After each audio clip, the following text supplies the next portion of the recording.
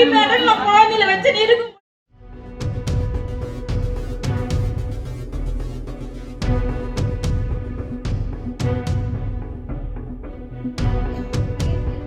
ராணிப்பேட்டை மாவட்டம் கத்தியவாடி ஊராட்சியில் நடைபெற்ற கிராம சபை கூட்டத்தில் பங்கேற்ற பெண் ஒருவர் சுடுகாடு அருகே தங்களுக்கு வீட்டுமனை பட்டா வழங்கப்பட்டுள்ளதாகவும் அங்கு பாதுகாப்பு இல்லை என்றும் கூறி மாவட்ட ஆட்சியர் சந்திரகலா காலில் விழுந்து கதறி அழுதார்.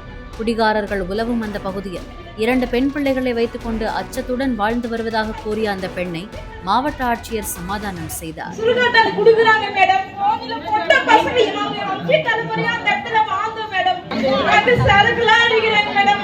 எப்படி மேடம்